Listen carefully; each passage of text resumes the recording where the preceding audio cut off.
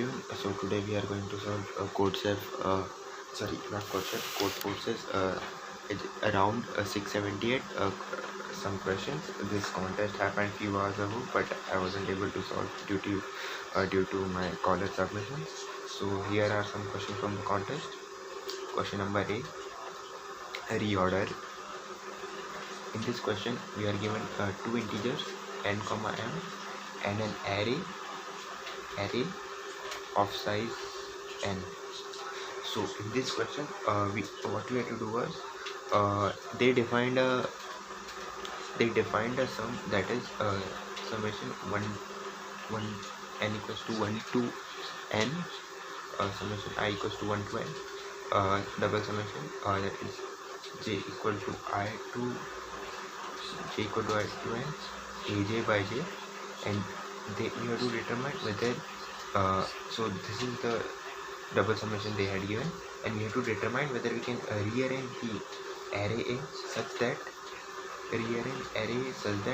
this summation is equal to n.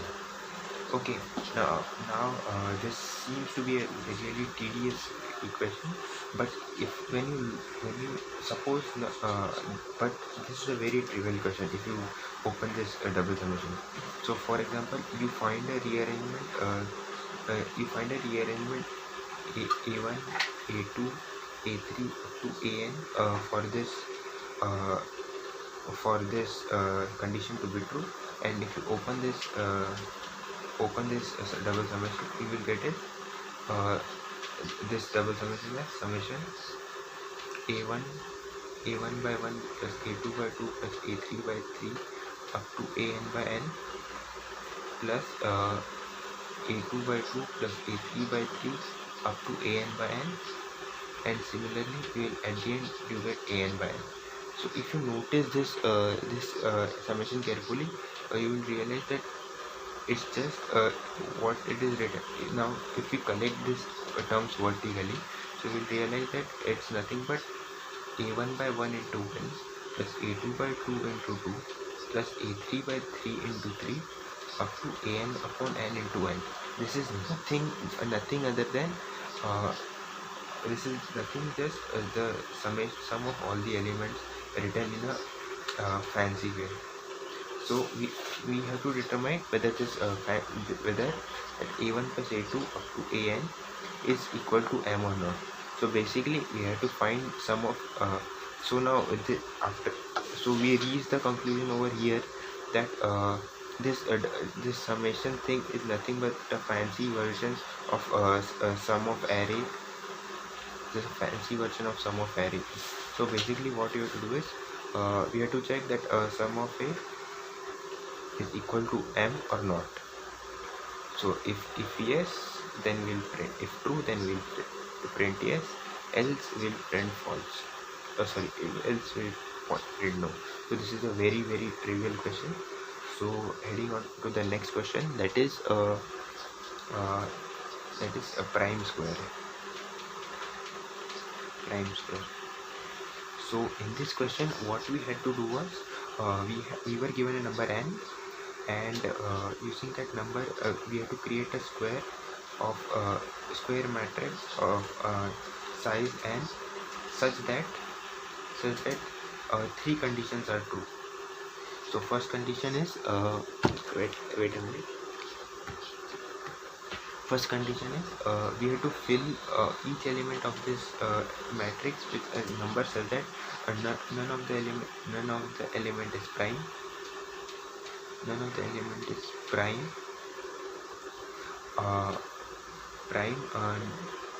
number should be non-negative and less than 10 raised to 5. This word non-negative is really important over here. Okay, and another condition is that sum of all numbers in a row and a column it should be a prime number. Okay, so earlier I thought what should I do in order to make this array make the sum of each element in the array as prime. I gave a thought for a long time, and then I realized the term non-negative was mentioned. So what I could do is I can write the first row of the array as 1 1 and rest all element and 0. Now why so? Okay, now since this told that non-negative numbers are allowed, so in non-negative we can definitely use 0, because 0 is not a prime number and 0 is less than 10 raised to 5, and so is 1. 1 is not a prime number. Okay, so we can write the first line of this array like this, and if we now what we will do is we will shift this array from 0 is index of the array 0 to n minus 2 by 1, so that is we will write 1 1 0 0 0 and the last element of this array in the beginning, and do it over n time. So basically when we have n is equal to 3, our printed array will be 1 1 0. Then we will shift this 1 1 position ahead, so 1 will come here, this 1 will come here, and this 0 will go here. Similarly do it once again, so this 0 will come here, this 1 will come here, and this 1 will come here. So from this example we get that the sum of every row and column will be 2, which is a prime number, and we have already cope up with the other two conditions, that is none of the number is prime, none of the numbers is prime, and all summation of all the numbers less than 10 raised to 5. Okay, so we have complied with this condition. So to talk about how to write the code, it is pretty simple. So I will write a sample pseudo code for this. So for underscore in a range int input, that's the code which I submitted a few minutes ago. For underscore in range int input, we'll take n as input, and what we will do, we'll make an array answer, which will declare an array answer which contains the 2-digit 1 1, and we will concatenate the array with zeros,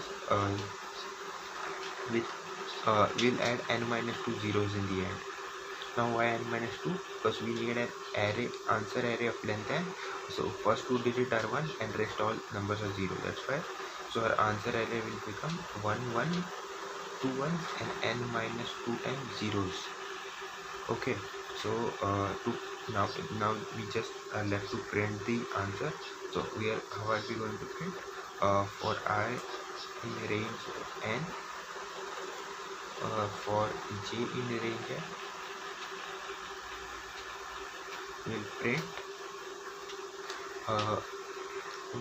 what are we going to print? Answers I plus jth element mod n, and we'll add a space bar, and equals to that will end up, and we'll add a print statement over here, so that output comes on the next line. So this is basically our pseudo code. So I could solve only 2 questions now because it's 1:30 AM and I'm really a bit sleepy. That's it for today.